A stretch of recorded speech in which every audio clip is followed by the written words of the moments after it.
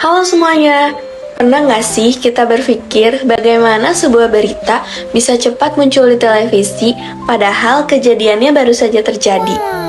Di balik itu, ada proses yang terstruktur yaitu newscasting dan announcing. Newscasting adalah proses penyampaian berita melalui media seperti televisi dan radio yang didasarkan pada fakta dan melalui tahapan jurnalistik, mulai dari peliputan, verifikasi, penulisan, hingga penyajian.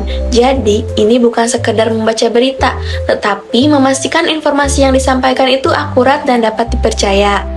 Sementara itu, announcing adalah cara penyampaian informasi secara lisan dengan teknik vokal, intonasi, dan ekspresi yang jelas.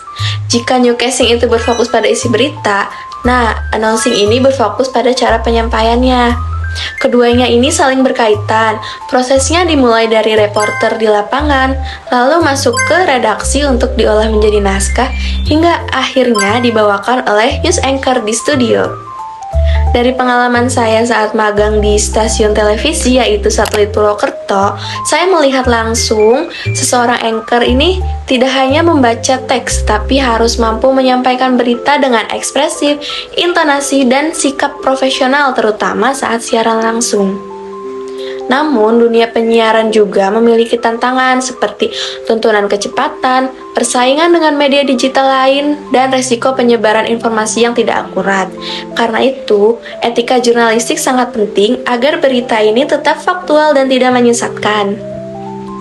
Pengalaman tersebut membuat saya tertarik terjun ke dunia penyiaran. Saya ingin menjadi bagian dari penyampai informasi yang bermanfaat dan dapat dipercaya. Untuk itu diperlukan latihan public speaking, pemahaman jurnalistik, dan juga pengalaman langsung. Pada akhirnya, newscasting dan announcing itu bukan hanya soal berbicara di depan kamera, tetapi tentang tanggung jawab menyampaikan kebenaran. Karena setiap informasi yang kita sampaikan memiliki dampak bagi masyarakat. Bagi penutup, saya percaya bahwa di tengah derasnya arus informasi saat ini, kita tidak hanya dituntut untuk cepat, tetapi juga tepat. Dan saya berharap suatu hari nanti saya bisa menjadi bagian dari suara yang tidak hanya didengar, tetapi juga dapat dipercaya. Terima kasih.